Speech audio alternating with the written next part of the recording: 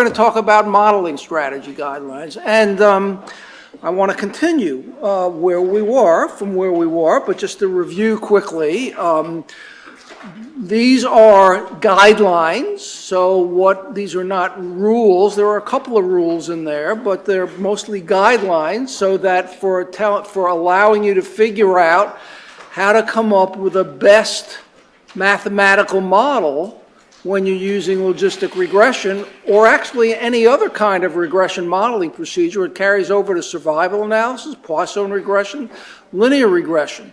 But we're describing it in the context of logistic regression now, and it's a three-stage strategy, and the goal of the strategy is to come up with a valid estimate and decision about to what extent there's a relationship between an exposure, could be more than one exposure, and a health outcome variable. So that's the goal of the strategy. We've seen these pictures before. And there's three stages. I'm trying to kind of walk through what I said last time, and these are listed in the order in which you should probably do them, and the order in which I'm recommending that you do them. Variable specification, followed by interaction assessment, provided that you are interested in interaction, and then followed by confounding, and followed by the third step is confounding, followed by precision. Confounding should sort of take precedence over precision because if you have you want to make sure you get the right answer before, rather than get a tight confidence interval around the wrong answer. That's why confounding is preferable to precision, and interaction is preferable to the second step is preferable to the third step, in the sense that if you find strong interaction so that the effect is different, for example, for males, the odds ratio is different for males than for females, you don't want to come up with a summary estimate that averages over the two genders, because you're missing something. You'd be sort of masking the real underlying message that the relationship's different depending upon whether you're male or female. And variable specification comes first. Why? Why did variable specification come first? I talked about that a little bit. It comes first because that's where you want to make sure the variables that you're considering are something that's related to what's really going on, that they have something you can draw conclusions of, that makes sense, corresponds to the literature or whatever the conceptualizations of what you're doing. So these are the three stages. And I started talking about the three stages, and I did all this here. And I said something about confounding, and we'll go into that more today, that the assessment of confounding shouldn't involve statistical testing, because why is that? Because confounding is a validity issue. It has to do with systematic error as opposed to random error. You don't test for confounding, and you learned that when you took 530 and 534, and it carries over to even when you're doing regression modeling. So you don't evaluate confounding by doing a statistical test. You have to do something else. You have to decide about whether an odds ratio or whatever your measure of effect changes meaningfully as opposed to using a statistical test. And I did mention that there were these other issues that we're going to talk a little bit more, well, somewhat more about collinearity or multicollinearity, and I've said a little bit something about each one of these issues, multiple testing and influential observations, which have to also be considered, even though at this point right now we're not going to go into any of these things any more than I already mentioned up to this point. And so then I spent some time talking about the variable specification stage, which is the situation where you're starting with a health outcome, the D variable. You've got an exposure variable. You may have more than one exposure variable, but for now I'm only going to consider one exposure variable, and more or less we're going to consider it as a binary variable, although it could be continuous, because you've also learned when Eli was reviewing with you how to get odds ratios. You can also talk about getting an odds ratio for an exposure variable when the variable is continuous, whether it doesn't have to be binary. But for the most part, we're going to focus on, think about things binary for now. And then there's the D variable, the E variable, and then there's the variables that you want to control for, called the C variable, you want to consider for control, called the C variables. And these may either be confounders or effect modifiers, and they're going to go into the model to reflect those things, confounding and effect modification. And the kind of model we're going to be considering that allows for variables in the model that are more complicated than just the C's themselves is called what? What's it called? What's that more general model called? The EVW model, because it's going to allow for not only might just put only the C's in there, but you might put functions of the C's. If one of the C's is age, you might have age square in the model. If one of the C's, in addition to age, is race, you might have age times race in the model. And if you do, that's a V variable as long as it's not in there as a product term with E.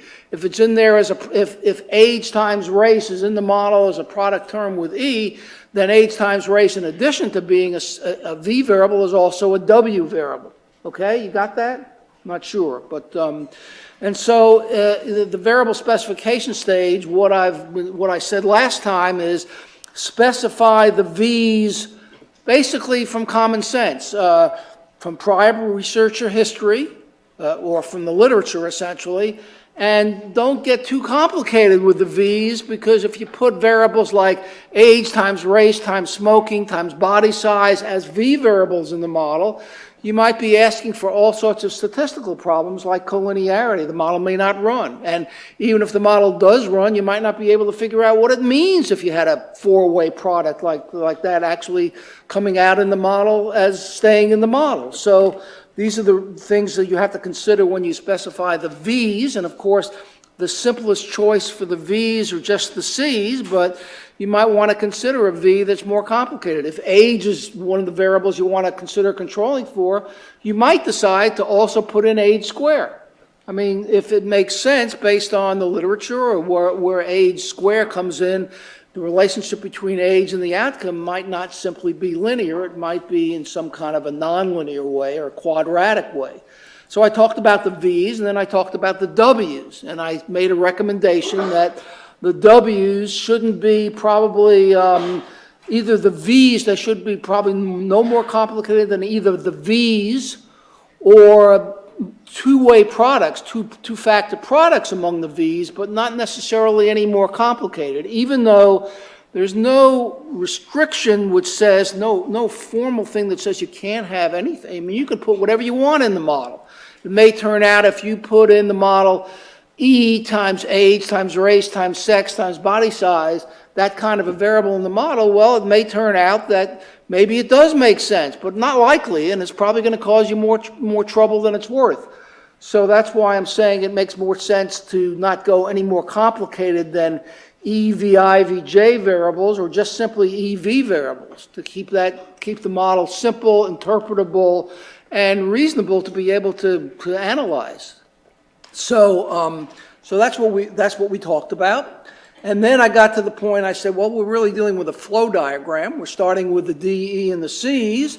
We're choosing the V's from the C's, and then we're choosing the W's from the C's as either VI or VI times VJ, and the W's go in the model as product terms with exposure. And that's your initial model, okay? And now, then the one other key point about the initial model that I talked about was the model has to be what's called hierarchically well formulated, HWF. And that means that what I say here, it's a simple idea, is that given any variable in the initial model, all lower order components of the variable must also be included in the model. That's what the key thing that you have to make sure you maintain in your model. So if you consider this model, this was an example I showed you, if you consider this model, this model is not hierarchically well formulated because the largest term in the model, the largest highest order term in the model, there's a lower order component, V1 times V2, which is not in this model. So this isn't hierarchically well formulated. And then I talked about, well, why do you have to have it hierarchically well formulated? You remember that? And I gave you an example. And this is almost where we were. I gave you this example. And I basically said, here is an example where it looks like there's interaction between the interaction in these two groups. The V1 variable is, and it looks like an effect modifier because the odds ratio is 36 here and it's 1 over here.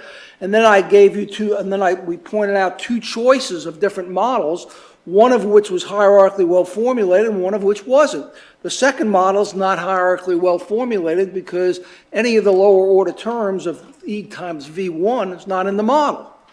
And so if we looked at, so what I'm saying, it would be incorrect to use the second model. It would be correct to use the first model. And the reason why was that if you fit both these models and you tested for the highest order term in the model, then it would turn out that no matter how the variables in that highest order term were coded, there's either the E variable as either 0 or 1 or -1 1 or 1 2, that highest order term is going to give you exactly the same test statistic value, regardless of how you've coded it.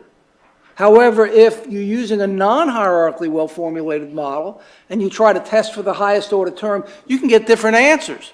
Meaning that you can't rely on a model like this that's not hierarchically well formulated to test and make a decision about what the significance of the highest order term in the model. So that's what I sort of said in the previous slide here. Why require HWF modeling is because if this model is not hierarchically well formulated, then the test for the highest order variables will depend on the coding. Whereas if it is HWF, then the test for the highest order variable will be independent of the coding. Now you may notice, for example, that in this example, you notice that even in the model that was hierarchically well formulated, look at the test statistics, the wall tests. Maybe really you want to do likelihood ratio, but the wall test statistics for these lower order terms like E and V, they're not the same, right? The 32.44, it's the same for all three coding. But these numbers, like this 0 and this is 32 and this is 12, they're not the same. So what's that all about? Can that happen? Well, yeah, it can happen. But you see, if you have a model that has this product term and these lower order terms, you don't want to test for these lower order terms until you've made a decision about the highest order term. So you're really not interested in these tests, even though they could be different. But if it turned out you found out that that's not the case here, but if you found out that this highest order term was not significant, then you could drop it and then look at the highest order term in the reduced model. But at this point, you're not interested in these lower order tests. You get what I'm saying? I'm not sure if you're getting what I'm saying here. But so again, the message is you need a hierarchically well-formulated model. That's the message. And that's sort of where we ended last time, other than to say we're going through an approach that starts with an initial model. That's the largest model we want to consider, not necessarily the largest model possible, but the largest model we consider reasonable to consider. And then we're eventually going to work our way back from this largest model to a smaller model that's going to allow us to consider interaction and allow us to consider confounding. Now you notice I said testing, and I said no testing here. Why is it testing? I talked about this the last time. Why do I have testing for these two things, but I don't have testing for here? Because these two things have to do with interaction. You can test for interaction, but you can't test for confounding. And the reason why is confounding is an issue that has to do with systematic error, but that's not what interaction is. Interaction doesn't deal with systematic error. It deals with understanding the relationships involved, the causal relationships. You can test for interaction. And that's a well-established, well-understood or accepted idea in the epidemiologic methods literature, that you can test for interaction, you can't test for confounding. Okay, so now we're going to look at an example, but before we do, there's one more thing I want to add to this, which is, again, something new. I want to talk about something called the hierarchy principle for retaining variable. But this is a new slide, right? You didn't. It might have had it popped up there last time. This is a new slide. And what does this say? It says, it gives you, it's another principle that you have to sort of take into account. And it has to do with the process of what you're going through after you've defined your initial model and you're starting to go through the process of figuring out what the best model is. And what it says is, if a product variable is to be retained, then all lower order components of this variable must also be retained. Now, this statement looks like it's saying the same thing as hierarchically well formulated, but it's not. It has to do with the process. And think about it this way. Think about this. Suppose you have a model, as I have illustrated here, which actually has terms like this, E times the product of two V's. You have those terms, you also have EV terms, you have V terms, and you have E in the model. So think of a model that has terms at least as high as E, VI, VJ. And suppose it turns out that when you assess interaction, remember after the initial specification of the model, what's the next thing you do if there's interaction terms? You assess interaction. That's the next thing you do. Okay, that's the second stage. The third stage is confounding, follow, and we haven't gone through the specifics of how you do this, but suppose it turns out when you start to assess interaction, you find that this term, EV2, V5, V2 is the second of the V variables, and V5 is the fifth of the V variables. Suppose you find that when you start looking at interaction, you find this three-way product term to be significant. Now, what this principle says, what this statement says essentially is, once you've decided that this is significant, meaning that you got to keep that variable in the model because it's significant. You've allowed yourself to have a model with this three-way product term and maybe some others, but suppose this one is significant, maybe the others aren't, and this is the only one that's significant. Well, this rule says if this is significant, in all further aspects of what you're going to do to come up with your best model, you have to keep all lower order components of this in your model. You can't drop any of those. Well, what's lower order components of E, V2, V5? Well, one of them is V2 times V5. That better be in the model. If it wasn't in the model wouldn't be hierarchically well formulated, right? So you have to have V2, V5. Now, this says if you find this significant and you started off with a model that had E, V2, V5 and better have V2 times V5 in the model, this rule says you can't even ever consider dropping V2 times V5 because you already have a term in the model that's including that with exposure, as a product with exposure. So you can't drop V2 times V5, and you can't drop any lower order terms, any other lower order terms, one of which is E, one of which is V2, one of which is V5, EV2, EV5. You can't drop any of those terms. So this says as you go through the process of trying to come up with the best model, once you decide a certain term has to stay in, then you have to leave all the other lower order components in the model. That's what it says. Now, why?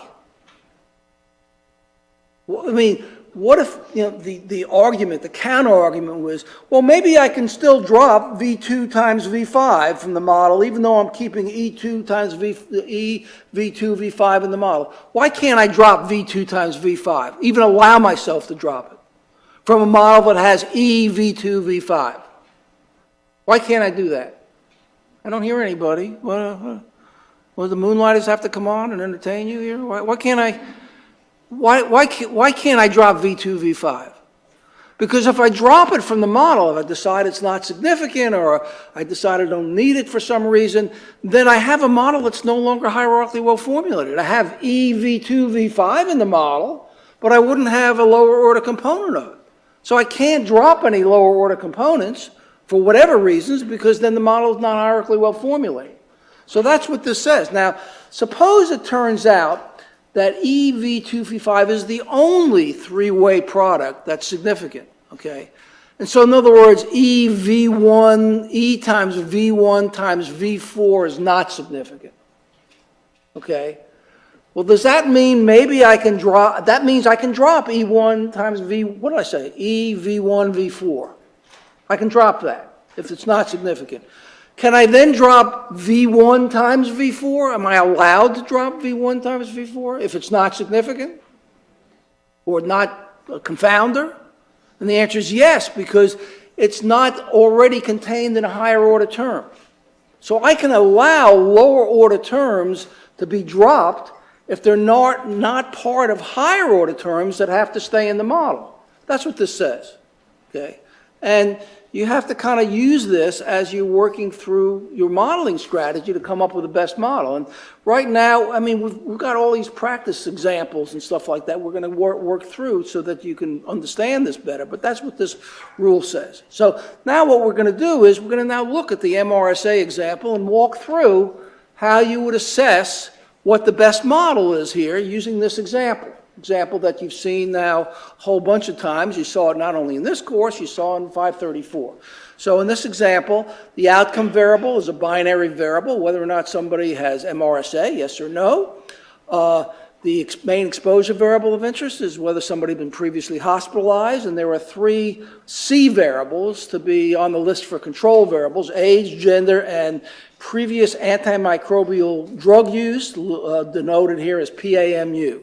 Okay, and so that's your set of variables. And now the first thing you have to do in the modeling strategy is to come up with a with your initial model, which is the variable specification stage. And we're going to, because we want to consider confounding, interaction, and possibly precision, the model is going to be an EVW model. We just have to decide what the V's are going to be and what the W's are going to be, given this is our situation. And of course, the simplest thing we could do is say, well, let's make the V's just the C's themselves, and let's make the W's just the C's themselves. Isn't that one decision? Just make the V's the C's, and just keep the C's as the V's and the W's. That's the simplest thing.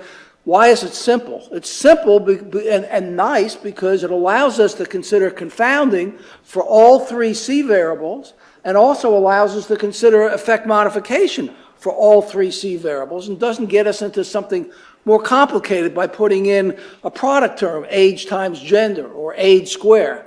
By the way, gender square, can we put in gender square? This is sort of a joke. Can you put in gender square? Ha ha ha. What's gender square? Gender, right? So you can't square a variable that's a 0, 1 variable, so you can't do that. But you can put an age square, age cubed. You can put age square times gender. You know, you can have the EVW model be much more complicated. The simplest thing is just keep the C's, the V's and the W's to be the C's. And in order to actually work through an example, that's what I'm going to do. To do that, even though anybody, in particularly whatever they're doing, whatever their research, could decide whatever they think is more meaningful to do and not do this. They could choose something other than just the C's themselves to be the V's and the W's. But that's what I'm going to do here. So on my next slide, I say, let's just make the V's and the W's the C's. So this is our initial model. There's the E variable, previous hospitalization. There are 3 V variables, the same 3 variables as the C variables. And there's 3 W variables, which are also the C's. So that's our model. Okay? That's our initial model. So here in the corner of the screen, I say, is it hierarchically well formulated? Got to make sure it is. Is it? Is every lower order component of this model contained in the model? And if you look at it, well, this is EW3, and W3 is just C3, and E is in the model, and the lower, since W3 is C3, and C3 and V3 are the same variables, all lower order components are in this model. Even though the terms that I'm using to denote them are slightly different, but the V's and the W's are just the C's themselves. So this model is hierarchically well formulated. So I can start with this. I don't have to worry about adding something to the model to make it legitimate. This model is a so-called legitimate model. Okay? You with me? Questions? Okay, so hierarchical formula, there's a check. We've done the variable specification. Next question is interaction assessment. Okay, so now we're talking about the interaction assessment. What do we do here? Well, we want to focus on these three terms, right? These three terms, three product terms, because those are the interaction terms. Well, how do we do that? Well, there's a number of ways to do that, okay? What most people would usually do is to do what's called, and I think Eli might have referred to it, but I think I've already referred to it, do a chunk test for interaction. What's a chunk test for interaction? What would be the null hypothesis in terms of this model and the parameters in this model if you wanted to do a chunk test for interaction? What would be the null hypothesis? Delta 1 equal delta 2 equal delta 3 equals 0. All three deltas are 0. How do you do that test? Likelihood ratio test, right? You fit two models. The full model is this model. What's the reduced model? Doesn't have those three product terms. You know how to do that. You would just have to run two models if you were using proclogistic and look at the 2 minus 2 log L values that you get on the output and subtract one from the other, and it would have how many degrees of freedom? 3. So this is a piece of cake to do this, right? So let's say you do this, okay? Now, let's talk about, now it turns out when you do this for these data, it turns out to be not significant. It's not significant. But let's just pretend that you did this and it was significant. Let's just think about it. Suppose you did this chunk test and it was significant. What does that mean? What would you do at that point? Chunk test is significant for all three. Well, you got some options. I mean, one option would be, well, I'll just keep all three in. You know, I'll stop right there. I've got my final model. I'm going to put all three in because I need those three terms. Well, there's another way to think about it. It may turn out that maybe, even though the chunk test was significant, maybe it's significant primarily due to some subset of these three variables, not all three variables. So maybe I don't need all these three variables, okay? Maybe I can drop some of them because some of them aren't doing much, and there's really one or two others that are really, one or two of them are really doing most of the damage, you might say, to make it significant, okay? So how do you deal with that? You do something called, if you're starting with a model that's got everything in it and you want to drop some variables, what's the approach? Go backward elimination, right? That's what you do. You do backward elimination. How do you do backward elimination? Well, we'll do it here. You drop the least significant one, reduce the model, drop the next least significant one. You keep doing that until you can't drop anymore or until you can't proceed anymore. Okay, that's what you do. And the model that you wind up with is the model you get after interaction. So let's now, before I continue, it turns out that that's what you would do if it was significant, but it wasn't. It wasn't significant. So what do you do if it's not significant? The chunk test is not significant. What are you tempted to do? You're tempted to drop everything. Drop, not everything, just the product terms, right? Because all you're testing is the product terms. Well, is there a problem with that? Is there a problem with that? Is there a potential problem with that? Well, you could say, taken together, they're not significant. I don't need any of them. Well, it may turn out that the reason why the chunk test was not significant was because I put three variables together, some of which, two of which or some of which cancel each other out in terms of their ability to predict the outcome or describe the relationship or describe the interaction.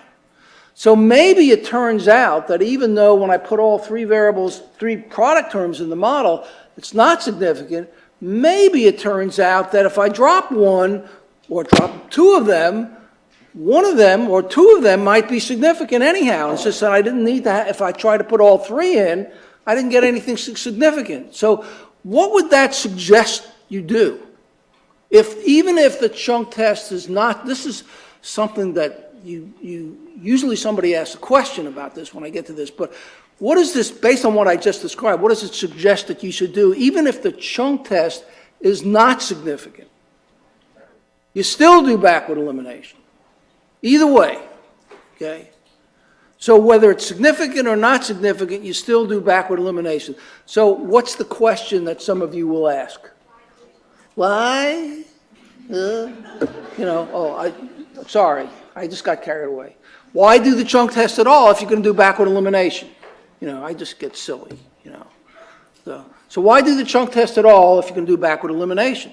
Well, there's a reason. We'll explain. We'll talk about this as we get through it. But let's look at the example here. So what I'm saying here is saying carry out the chunk test, and depending on whether it's significant or not significant. If it's not significant, you could eliminate all the terms in the chunk. That's one approach, and/or use backward elimination, which is what I'm saying you should do. If it's significant, you might retain some terms by using backward elimination to eliminate some others. That's what I'm saying in this flow diagram about interaction. But let's actually look at this. Here's the model that we're dealing with. Okay, it's got age, gender, PAMU. These are the 3 C's. It's got the 3 C's also as W's. And the question is, how do you test whether there's no significant interaction of any kind in the above model? We've already answered that. Chunk test. If the above test is significant, what would you do next? My answer is backward elimination. If the above test is not significant, what would you do next? My answer to that is you would also do backward elimination. Now it sounds like, well, why do the chunk test? So let's get at that, okay? Now it turns out, here's what happens when you do the test. I'll show you the results. When you do the test, well, remember the null hypothesis is that all 3 deltas are equal to 0. It's a chi-square with 3 degrees of freedom. And when you fit the full and the reduced model, you get these 2 log likelihood statistics, which you subtract. And when you subtract them, you get 2.096 is the chi-square statistic with 3 degrees of freedom. When you go to chi-square tables, you find it's not significant. So the chunk test is not significant. So now we know it's not significant, so we're not, I said if the above test is significant, well, we know we're in this stage now. It's not significant, okay? So let's go through the process, okay? I'm doing backward elimination now, okay? And I'm going to do it using the wall test to make the decisions.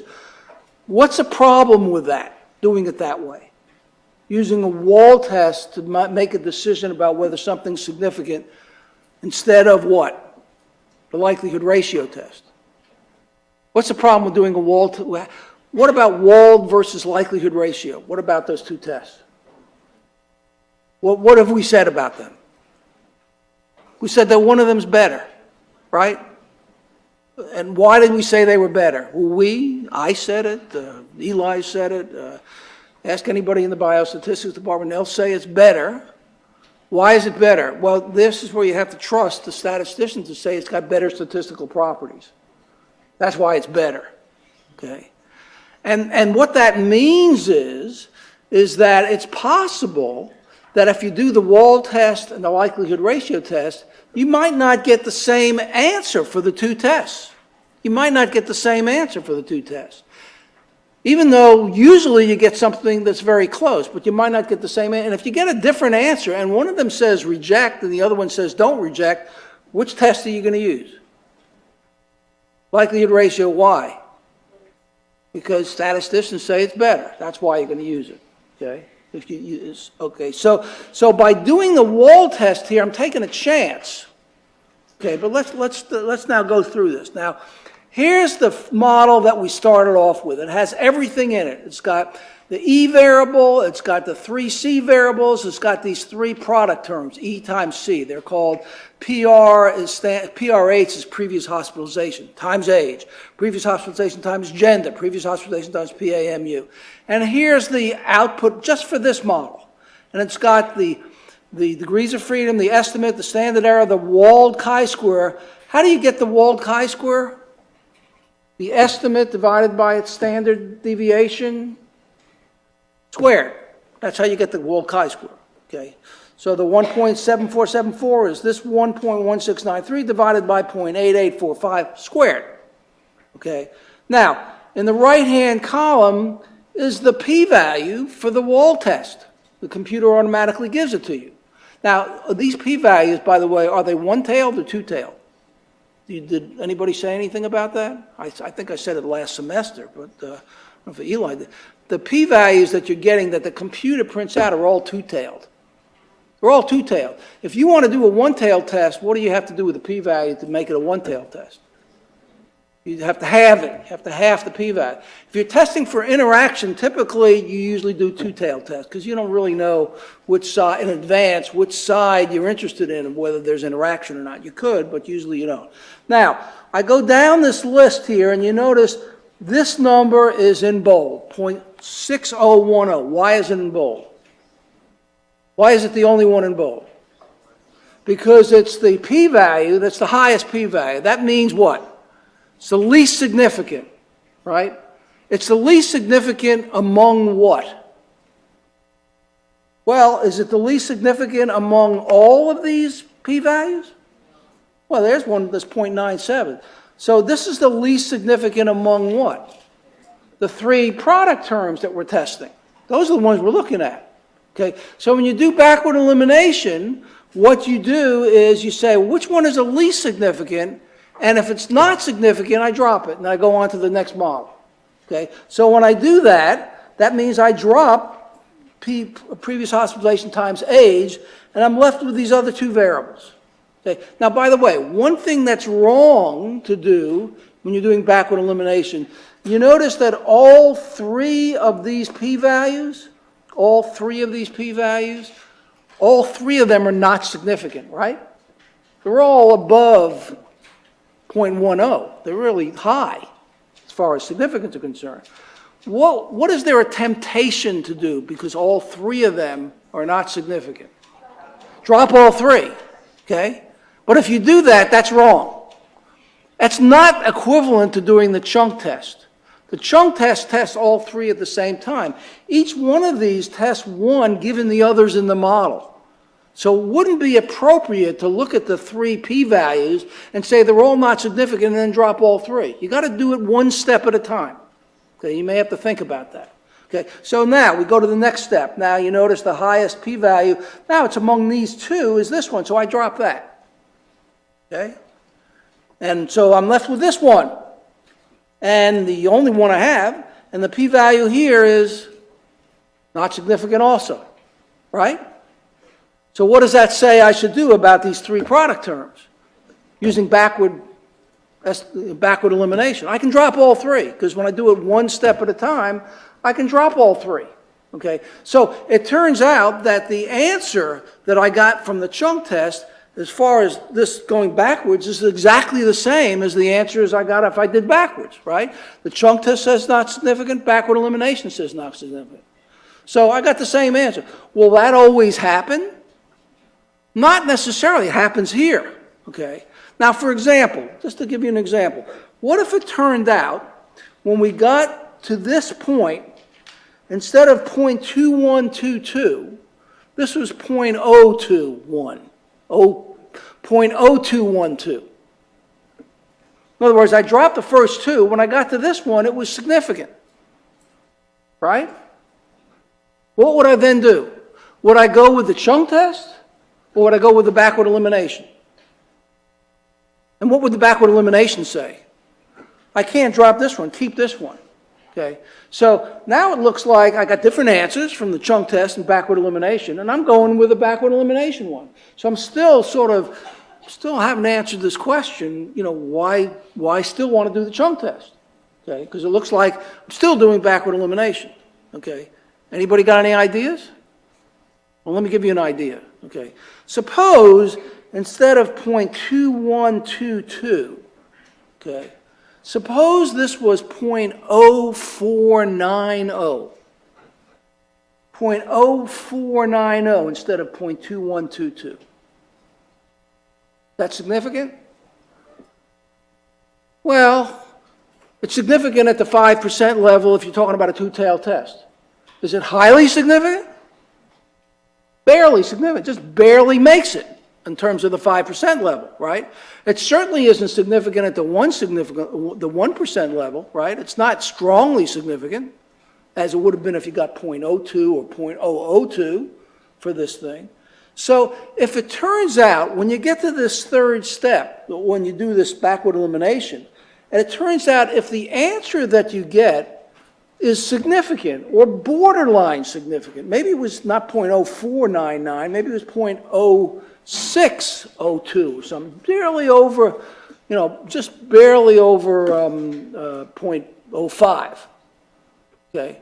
Now, in that case, you might say, well, look, I did the chunk test. It was not significant. When I go backwards, it looks like there's one of these that's barely significant, but not strongly significant. That's a situation when you might go with a chunk test, because you don't have a variable that's really standing out of those three variables, even though one of them looks like it's almost there.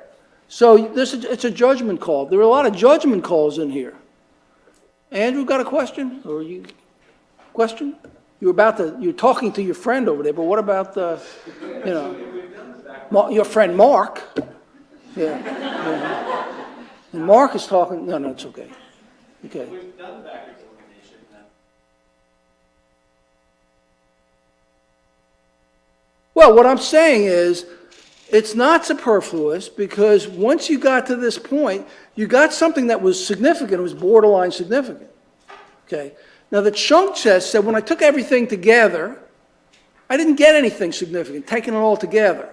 So I might say, look, I want to weigh these two bits of information together, and maybe I'll go with the chunk test. That's why I'm saying maybe you could still do the chunk test even if the chunk test is not significant. I don't know if I'm making that point clear. So it's not automatic that you just do backward elimination and ignore the chunk test. I mean, you could get, if you get different answers, and they're not borderline, like I gave when I was 0.02, then you definitely go with backward elimination. But if you're getting almost the same answer, not exactly, but almost the same as you get with the chunk test, maybe it's not worth putting in assuming some interaction that's not hardly there. The more interaction terms you have in your model, the more difficult it is to interpret everything and all of that. So that's a reason why I'm saying that. Okay? I don't know if so that's that. Okay, so at this point in our process, this is our model at this point. You see this model? That's our model at this point after the interaction assessment. Correct? There's no product terms in the model. Okay? We've gotten rid of these product terms because of the likelihood ratio test and backward elimination and all of that. It makes sense because of what we got. So what's the next step? Confounding and precision. And of the two, confounding is one you first should do. So what do you mean by confounding in this case? Let's just, we're trying to review this. What do you mean by confounding? I have to keep thinking that, okay. So how do we deal with confounding? Well, what we're asking is, we know E has to be in there. That's our exposure variable. So we're asking, can we drop either one or more of these other three variables because they're not confounders? Can we drop them? Can we reduce the model by getting rid of some variables that aren't dealing with confounding? And then we also want to consider at some point precision. Maybe if we have a variable that's not a confounder, maybe it still is doing something about precision. So maybe we still can't automatically drop it. So how do we do that? Okay, well, here's the idea. We're not going to test for confounding. The first thing you might think about doing is, why don't we start with this model and start doing a backward significant testing with age, gender, and PAMU and see which one we can drop. Keep E in the model and drop the least significant one among age, gender, and PAMU. What's wrong with that? What's wrong with doing significance testing going backward? What's technically wrong with that? Confounding, you don't do a test for confounding. That's what's wrong with it, right? There's got to be some other way. Now, there is a variation on this that we'll still talk about if I have time today, but anyhow. So what you're going to do is you're going to say, you're not going to do a test, you're going to see something about whether there's a change in the estimate. Change in the estimate. Whether there's a meaningful change in the estimate. Now, here's the model, and here's the full model at this point where there's no product terms in the model. It's got these E and the 3 C's. It's like rock and roll band, E and the 3 C's, right? Okay, so here's the fitted model, okay? Okay, now you notice that for this fitted model, I put the number for previous hospitalization, 1.4855, that's in bold. Why is it in bold? Because that's the coefficient of the exposure variable. So what's the odds ratio for this model? The exposure variable is 0, 1. It's e to this coefficient, right?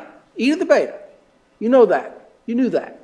Even before you came into the class. Okay? E to the beta. When I take e to the beta, it's 4.417. That's what it is. That's the odds ratio for this model. Now, this model I often refer to, and I haven't done it on this slide, as the gold standard model. This is the model after you've assessed interaction that's controls for everything. And what you want to do is you want to see if you can drop something. Maybe you can get away with not controlling for all these, but you know with this model you've got everything in there that you were worried about. So in some sense it's the gold standard model. That's the odds ratio, 4.417 in this gold for the effective exposure, and that's its confidence interval. Pretty wide. It's wide, but that's the so now suppose I start saying, well, can I drop one or more of these variables? One or more of either C1, C2, I can't drop E. Now let me ask you this. Suppose I dropped one of these. Suppose I dropped C3. Got rid of that from the model. And I fit the model that has E, C1, and C2, but doesn't have C3. What's the formula for the odds ratio? For that model, for the odds ratio for the effective exposure in that model. Doesn't have C3. What's the formula? It's e to the beta, right? It's e to the coefficient of the exposure variable. Is e to the coefficient of the exposure variable in the model that doesn't have C3 going to be the same as e to the beta in the model that does have C3? Well, I don't know. I have to see. That's what you'd have to do. You'd have to see. And if it's very different, then I can't drop C3. If it's almost the same, then I can drop C3 and the odds ratio doesn't change. So I don't need C3 to get the right answer. I can drop it and still get the same answer as when C3 is in there. So C3 is not a confounder in that sense. So let's look. Let's look. Now here's a model where, now you notice it's got gender and PAMU. I've dropped something. What have I dropped? There it is. I dropped age. I fit this model. This is what I get. For this model, these are the coefficients. And you notice the coefficient is 1.6627. It's not 1.4855. It changed. Okay. Then I go e to the beta for this model, and I get 5.274. Right? That's what I got. Okay. And for the previous model, for the gold standard model, I got 4.417. Right? 4.4 for the gold standard model and 5. Now, is that different? Are those two numbers different? Well, I'm not going to decide they're different from a statistical test because I can't do that. So how am I going to make a decision? You do this thing, is it meaningfully significant? You have to make a decision. Is what do you mean by meaningfully significant? And you learned something when originally you learned about confounding is that there's different kinds of rules, and a very popular rule, it's a guideline, is the 10% rule. Now, you don't have to use it. You could use a 15% rule, a 20% rule. But you could ask the question, if you decide you're going to use a 10% rule, what you're asking is the 5.274 more than 10% different from the 4.417? That's what you're asking. Get what I'm saying? More than 10% different. How do you figure that out? Well, you take 4.417, you take 10% of that, which is 0.442, and you add and subtract the 4.417, 0.442, and this is the range you get. Okay? Now you look at this number. Is that in that range? No. So that 5.274 is not within 10% of the gold standard odds ratio. Okay? Well, that means it's not within 10%. That means I better not drop it. Because if it was in 10%, maybe I could say it's not a confounder. I get the same answer. But it's not the same answer. It's different. Okay? So, you know, what you notice that I've got an X over here for this model. Why do I have the X? Well, for this odds ratio. Because I can't drop age in order to get the right answer, as the same answer as the gold standard. Well, look at the next one. What have I done in the next one? I've dropped gender. When I drop gender and I look at what I get 1.4679. I go e to the beta, I get 0.4340. Is that in here? Show enough, as they say. Yeah, it's in there, right? So what does that mean? I can drop gender and still say I'm controlling for confounding. Okay, so I'm legitimately can drop gender. It's not necessarily a confounder as far as being within 10% of the gold standard. Okay, so am I finished? No, because there are a whole bunch of other things I could do. Now, what did I do here? I dropped PAMU. What happened? No, right? Can't do this. What did I do here? I dropped two of them. I dropped gender and age, right? What happens? Well, 5.136 isn't bad, but it's not in here.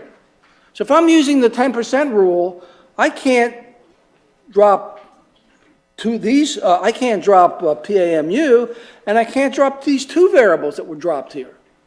And then if I keep going that way with, in this case, I'm dropping, what am I dropping? Gender and PAMU, and here I'm dropping age and PAMU. And you notice there are X's here, meaning that if I keep doing this, I can't drop any of these other variables. I'm talking about dropping either one at a time, two at a time, and if I drop all three at a time, what am I talking about? Dropping all three at a time. If I drop all three at a time, what model do I have? I just have the crude data, right? I'm not even controlling for anything. I have to examine that too. Well, now look at what I do here. Look at this table. This is sort of the summary of what I've just done. At least the first two columns are the summary of what I've just done. And what I've done is something called the all possible subsets approach to coming up with assessing confounding, the all possible subsets. I'm considering, okay, I have three variables. Okay, I'm considering dropping them one at a time, two at a time, or all three at a time. I'm allowing myself to consider every possibility, okay, which is the safest way to do this thing. It's in a way the best approach, okay. Now look at what happens when I go down this list. These are all the odds ratios I showed you when I did all this. They're all now in this second column, okay. And there's only one odds ratio other than the gold standard that's in bold. Why is that? Because that's the only one where, see the third column says within 10% of the gold standard? This was the only one that was within 10% of the gold standard. If I'm going to use the 10% rule, this is the only other model. I can only drop gender. I can't drop anything else. That's what this says. Okay. So where am I at this point? What I've done is I've gotten to the point where I started with a model that had all three of these in here. And then I've said, well, if I want to make sure I control for confounding using a 10% rule, I can get away with dropping gender, but I can't drop anything else. That's what it says. So I now have gone from as many different possibilities, all these different other models, to just two models, the gold standard and this model. Okay? These are the two models that give me the same answer. The right answer is the gold standard one, because that controls for everything. I don't know if that makes sense to you, but that's the idea here. The right answer is the gold standard one. Follow me? Okay, so now what's next?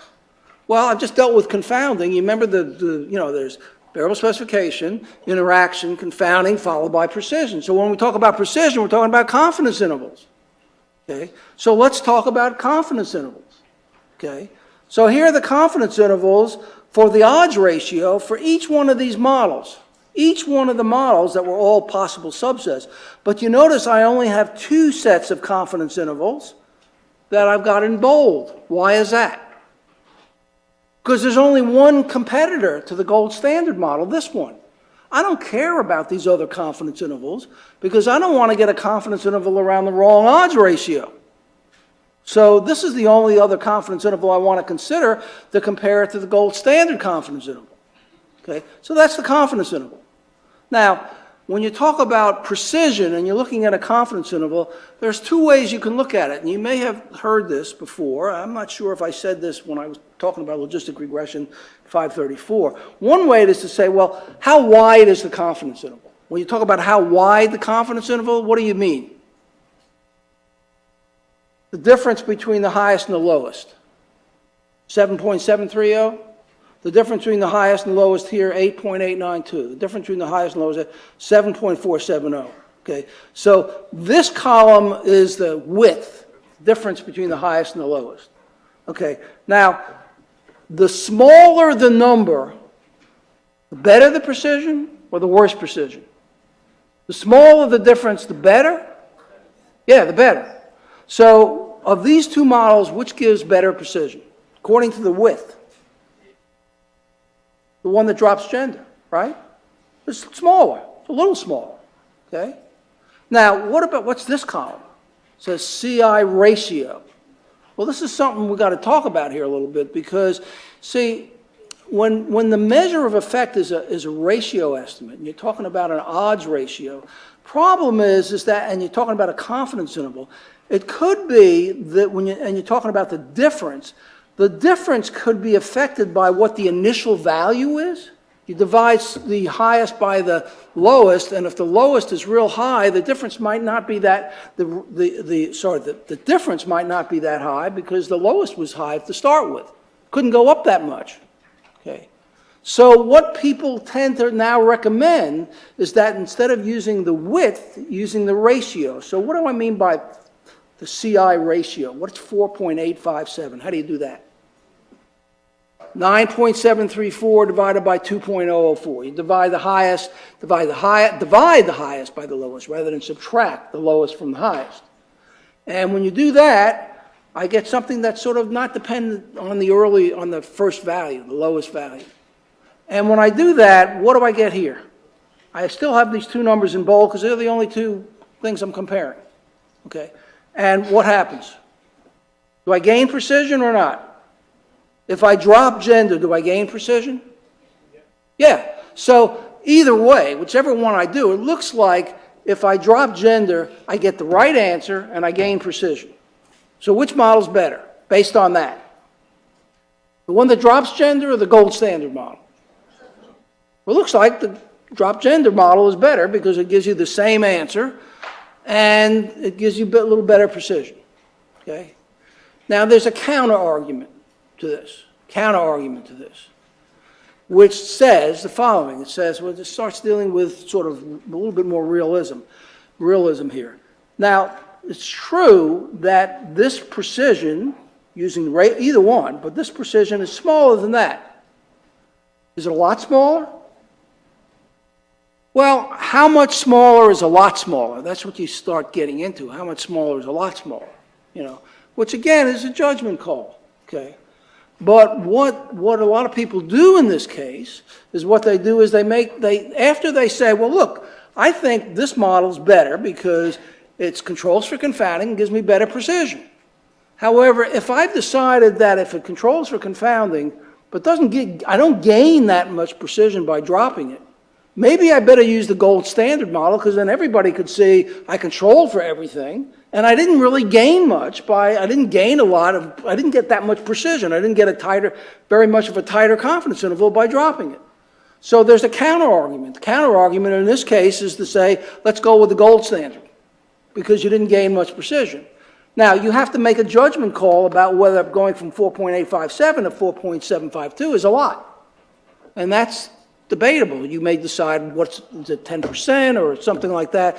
I don't know whether there's a 10% rule on this. I mean, I don't know about any kind of a rule. So what I'm saying is, the process, what this table does, it describes a process.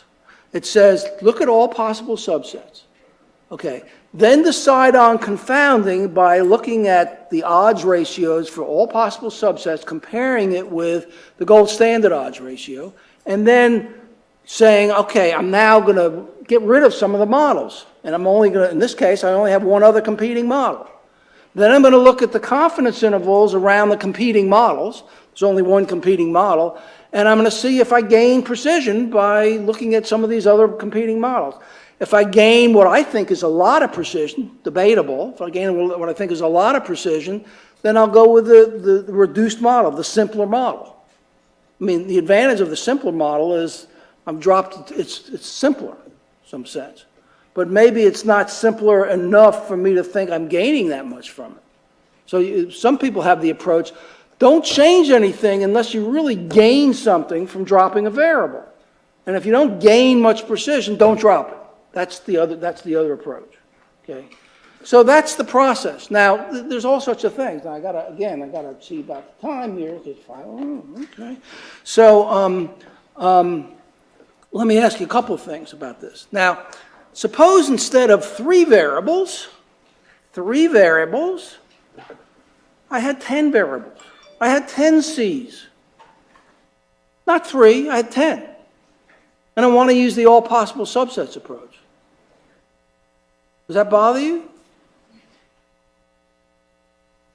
Well, it's a lot more models to consider, right? All possible subsets. All 10, 9, 8, 7, all that stuff, okay? And the table gets bigger, okay? So that's what bothers you, I think. But that doesn't mean you can't do that, because the computer's doing most of the work anyhow. Even if you decide all possible subsets, the computer's the one that's cranking out all these coefficients and stuff and giving you e to the betas and all of that. So you could still have a lot more, bigger table, but you can still get the computer to do that. So that's, you could still argue the all possible subsets approach is correct, or is okay, or reasonable. Certainly it's reasonable because it considers all possible ways to do things, okay? Now there's two ways I can go on this thing at this point. I can talk about another approach, okay? Let's talk about another approach to assessing confounding. See, the other thing I have to worry about here is, this is a model where there was no interaction. You remember, we found there was no interaction. So we assessed confounding when there was no interaction. So then we have another issue to deal with. What if there's interaction? How do you assess confounding if there's interaction? So that's another thing we got to talk about. I mean, one issue is, what if you had a huge number of variables you're controlling for and there's no interaction? How do you assess confounding? Well, you could still do all possible subsets. Are there any other shortcuts? Okay, that's one way to do it. But a completely different question is what if it's interaction? Even if you don't have that many variables, only have 3 variables. So let me talk about one of these, and not the other. I'm going to just do one of them. One of the things about what if you have a whole bunch of variables. So suppose you had 10 variables. Not 3, 10. And you didn't want to do the all possible subsets approach. You want to do something different to not to do all possible. What could you do? Well, one of the things I even suggested you could do that isn't right exactly is to do backward significance testing. You had 10 variables, 10 C's. You drop C's that aren't significant until you can't drop any more. So you have an E, and you have some subset of the C's. Okay? You get what I just said? You do backward significance testing. What's wrong with that? Already talked about that. What's wrong with whether it's 3 or 10? What's wrong with that? You're doing significance testing to consider confounders. Okay? Okay, so that's not exactly right. But suppose you do this process. There's 10 C's. You drop 7 of them, say, and you're down with only 3 of them. So you've got E and 3 C's, and you've dropped 7 of them. Okay, so you've got a model, and let's assume there's no interactions, because I'm right now assuming there's no interaction. What's the formula for the odds ratio for the model that just has the 3 C's and the E? E to the beta. Right? There's no interaction. It's still e to the beta. Okay? Now, what if that e to the beta for that model that had only 3, didn't have all 10, is essentially within 10% of the gold standard model that had all 10? What does that mean? That means even though you got to those 3 by doing significance testing, which wasn't exactly right. Once you got there, that model that you got controlled for confounding because it gave you an e to the beta that was the same as the gold standard. So you didn't do all possible subsets. You dropped them you dropped 7. You only did 7 steps. You didn't do 35 or 45 models. You looked at 7 different models. Okay? So that's another approach. Okay? That's another approach you could use. Okay? Now, there's problems with that approach. One problem is, what if you got back down to 3? You couldn't drop any more after you got down to 3. And you went e to the beta for that model that had the 3. And you found that e to the beta for that model was meaningfully different, more than 10%, than the gold standard that had 10. What does that mean? Then when you got down to 3, that model won't work. It doesn't control for confounding. If e to the beta in the model that had only 3, by doing this backward elimination significance testing to get to that point. But if that e to the beta is different from the e to the beta for the gold standard, you can't do that. What would you do next? Would you just say, well, I'll just quit, I'll just do all possible subsets, I'll become a taxi driver or something, I'll just do all possible subsets. Well, what other thing could you do? Think about it. What you could do is you could say, well, look, I dropped them one at a time, I dropped 7 of them to get 3. What was the last one I dropped? I don't know which one it was, but maybe what I should do is add the last one I dropped back in. So now instead of having 3, I have 4. I don't have 10, I have 4. Add the last one that dropped, which was the one that stayed in the longest, add that back in, and look at e to the beta in that model that had 4 C variables, not 3 C variables. And if that e to the beta was the same as the gold standard, what about that? Then I'm good. Then I have a model. I didn't do all possible subsets. I wound up with a model that I couldn't use, but then I changed it a little bit, and I got a model that I could use. Okay, so... And that particular approach, this backward significance testing approach, is sort of a way to assess confounding. Now, where does confidence intervals come in? Did I do any confidence intervals when I described that? I didn't describe, I just did significance testing. Now, think about what happens when you do significance testing. When you do significance testing, what are you doing? You're asking whether you're doing a test that... If it's a wall test, you're taking an estimate and dividing by a standard error.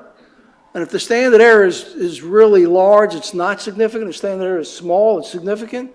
So if you think about standard errors and confidence intervals, standard errors go into confidence. If the standard error is large, is the confidence interval going to be big or small? Or if the standard error is large, does that mean you have a lot of precision or a little bit of precision? The larger the standard error. The larger the standard error, you have less precision. So if you're talking about the width of a confidence interval, the larger the standard error, the wider or the smaller the confidence interval? The wider. So in some sense, when you're doing this significance testing, you're sort of in a different sort of way without looking at confidence intervals, you're sort of looking at confidence intervals. So you could argue that this backward approach for significance testing, once you then say, well, once I get down to my final thing and I try to add something back, if it doesn't work when I'm sort of doing confidence interval evaluation or precision thing as I get down to that model, and then I'm adding something back. And so the model that I finally get, if I add one variable back, is a model that controls for confounding and more or less helps precision because I got to that point by dropping some variables that weren't significant, and they weren't contributing a lot to the confidence interval that I might compute for that. So that's what I'm saying. So that's one approach. But there's another approach that I won't talk about until next time. But now what I want to do is, because of time, I want to talk about one other approach. Did you follow that approach? In other words, there's the all possible subsets approach, right? And that's great. That's the best approach. But if you've got a lot of subsets, there are some ways around it, and one of which I just described, doing significance testing. But you got to worry about once you do that. It's not you better make sure you assess confounding after you finally get a model that you think is good as far as significance testing. You better assess confounding. look at e to the beta. Now, here's the next thing I want to do. I'm going to just start this. I'm skipping some stuff. Okay. Okay, I want to talk about what if interaction. I want to spend about 5 minutes on this. 7 minutes on this. What if interaction? Or we stay until 7. No. No. What if interaction? Okay. So, find this slide. I've skipped slides. Okay? Because I want to get to this point. You know, we've talked about what if no interaction, and now we're talking about what if interaction. So here's the model that we started off with, right? It had the MRSA model. It had these 3 C's as V's and W's. Okay. Now, what I'm saying is, it didn't happen. It didn't happen. I already went through the interaction assessment. Interaction was not significant. Okay. So I didn't need any of these product terms. But let's sort of hypothesize that maybe it was significant. Maybe something was significant when I did interaction. So let's look what I say here. Suppose the model after interaction was this. See this? Bottom of the screen. Bottom of that slide. See that bottom, that model? What does that mean? Does that mean I found interaction? Yeah, because there's a product term, E times W1. W1 is age. So there's a variable in the model that's in there as a product term with exposure. So there is interaction. I'm saying suppose that's what happened. It didn't happen in this data. Suppose the data set was a little bit different and this happened. Okay. What would I do? I mean, where am I at this point? Do I say, I'm done, this is it, this is the final model? Well, let's put it this way. You remember that hierarchy principle that I talked about if you find something significant, you can't drop some lower order terms? What does this mean? W1 is what? Age. If this is the model after interaction, what can I drop? Well, I certainly can't drop this if this is the interaction, and I can't drop E because that's my exposure variable. What also can I drop? V1 because that's age. But what might I be able to drop? V2 or V3, right? Depending upon whether the odds ratio meaningfully changes when one or more of them are dropped. That's how you have to assess confounding. But now, things are more complicated. Why are they more complicated? What's the formula for the odds ratio for this model? Is it just e to the beta? Is it e to the beta? In this model, if there's this interaction, the formula for the effect of exposure, it's not e to the beta. It's e to the beta plus something. Plus what? Delta 1 times W1, where W1 is age. That's the formula. So let's see if I can find it there. Well, let's see. Okay, there it is. That's the formula for it. Skipped another slide. That's the formula for it. And that's the model we're dealing with. It has E, age. I've made it a little simple by writing in the variables. E times age. That's the formula for it. Okay? So, how do we so there's only 2 variables now. We can't drop age. Age has got to stay in. It's an effect modifier. But maybe we can drop gender or PAMU. And maybe the odds ratio doesn't change. Okay? So, suppose we drop, well, let's put it this way. Suppose we don't drop any of them. We don't drop either. We just keep the model as it is. Okay? How are we going to get the odds ratio? What's the formula for the, what does this formula say? That the odds ratio is not a single number. It depends upon age, right? I get a different odds ratio depending upon what the age is. So if I wanted to see, even for the gold standard model, what the odds ratio is, I'd have to plug in different age values. If age is a continuous variable, or even if it wasn't, if age was binary, I'd have to plug in 2 values. But if age is continuous, I get a range of age values, and I get a whole bunch of odds ratios, even for the gold standard model. See what I'm saying? For the gold standard, I get a whole range of odds ratios. And you see where I said tables of odds ratios?